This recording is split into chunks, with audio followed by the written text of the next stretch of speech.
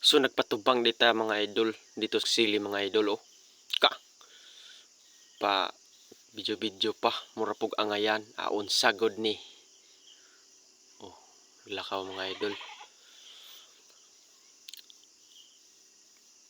Atangin niyo mga idol maabot ra sa silihan ron mga idol kay mga ipusag siling labuyo mga idol kay ibaligya niya sa mabinay og atangi mga idol na ana. Usa magdugay mga idol naabot na ta mga idol. Oh, para mga idol mo na itong siling labuyo mga idol. Itong gibidyohan mga idol harong makakita mo mga idol.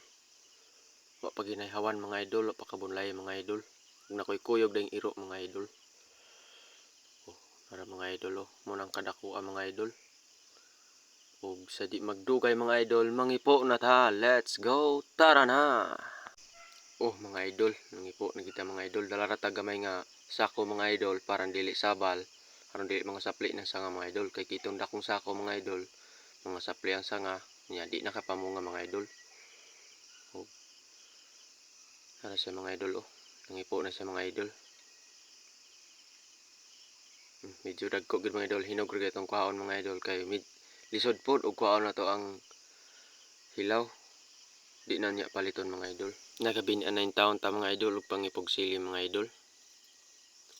Kay hapon naman ko tagasugod mga idol. Ay kauban po akong iro mga idol. Walay kadlok mga idol. Una ra mga idol. Dili ra na mga idol tapos babaw pong sako mga idol. At tara na mga idol, atong atuon ang usang sako pod mga idol para biyahe na to na ugma ug mabinay mga idol. Muna yung mga silihan mga idol oh. Ug atong atuon tong usang sako sa babaw mga idol. Tala mga idol, kay gabi na mga idol pauli. Tara mga idol, abot na ta sa usapong sako mga idol. Tunga gid sa sako mga idol sa page nito nakuha mga idol. Sunod na po mga adlaw mga idol, manguha na po ta mga idol.